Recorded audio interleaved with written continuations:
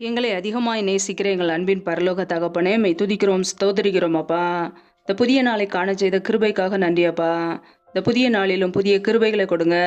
இப்படியே வல்லமையினால் நிரப்புவீராக, இப்படியே அபிஷேகத்தினால் நிரப்புவீராக, ஆவிக்குரிய வரங்களினால் நிரப்புவீராக, ஆவிக்குரிய கனிகளினால் நிரப்புவீராக. இணைந்து ஜெபிக்கிற ஒவ்வொரு குடும்பங்களையும் இப்படியே கரங்களிலே தாழ்த்துகிறோம். என் தேவன் தாமே ஒவ்வொரு குடும்பங்களையும் பாதுகாத்துக் கொள்வீராக. பிள்ளைகள் செய்த தவறுகள், குறைகள், குற்றங்கள் எல்லாவற்றையும் மன்னிங்கப்பா. இப்படியே பரிசுத்த இரத்தத்தினால் கழுவி சுத்திகரிங்க. என் தேவன் ஆசீர்வதிப்பீராக. பிள்ளைகள் என்னென்ன காரியங்களுக்காக காத்திருக்கிறார்களோ எல்லாவற்றிலும் நன்மையை கட்டளையிடுவீராக. யாரெல்லாம் வேலைக்கு செல்கிறார்களோ கர்த்தருடைய கரம் பிள்ளைகளோடு கூட தங்கியிருக்கட்டும். செய்கிற வேலைகளை ஆசீர்வதிங்க, தொழில்களை ஆசீர்வதிங்க, வியாபாரங்களை ஆசீர்வதிங்கப்பா. வேலை செய்வதற்கேற்ற நல்ல பலனை கொடுங்கப்பா. கையின் பிரயாசங்களை பெருக பண்ணுங்க. கையின் பிரயாசங்கள் தேவையில்லாத செலவுக்கோ, வீண் செலவுக்கோ, மருத்துவ செலவுக்கோ வடிக்கும் சொல்லி போகாதபடிக்கு என் தேவன் ஆசீர்வதிப்பீராக. பிரயாணங்களில் போகும்போது வரும்போது பிள்ளைகளை பாதுகாத்து கொள்ளுங்க. எந்த சத்ருவின் கிரியைகளோ, பொல்லாப்புகளோ, தீமைகளை தொடாதபடிக்கு வேலியடைங்க.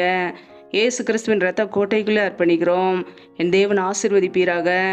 நீதிமான்களுடைய வாசஸ்தலத்தையோ நீர் ஆசீர்வதிக்கிறவர். பிள்ளையுடைய குடும்பங்களை ஆசீர்வதிங்க. அப்பத்தையும் தண்ணீரையும் ஆசீர்வதிங்க. எந்த குறையும் இல்லாதபடிக்கு பிள்ளைகளை ஆசீர்வதித்து பெருக பண்ணுங்க, பாதுகாத்து கொள்ளுங்க. முடியகரங்களில் அர்ப்பணிக்கிறோம். ஆசீர்வதிப்பீராக, பலப்படுத்துவீராக. இயேசு கிறிஸ்துவின் மூலம் ஜெபிக்கிறோம், ஜீவனுள்ள நல்ல பிதாவே. ஆமேன்.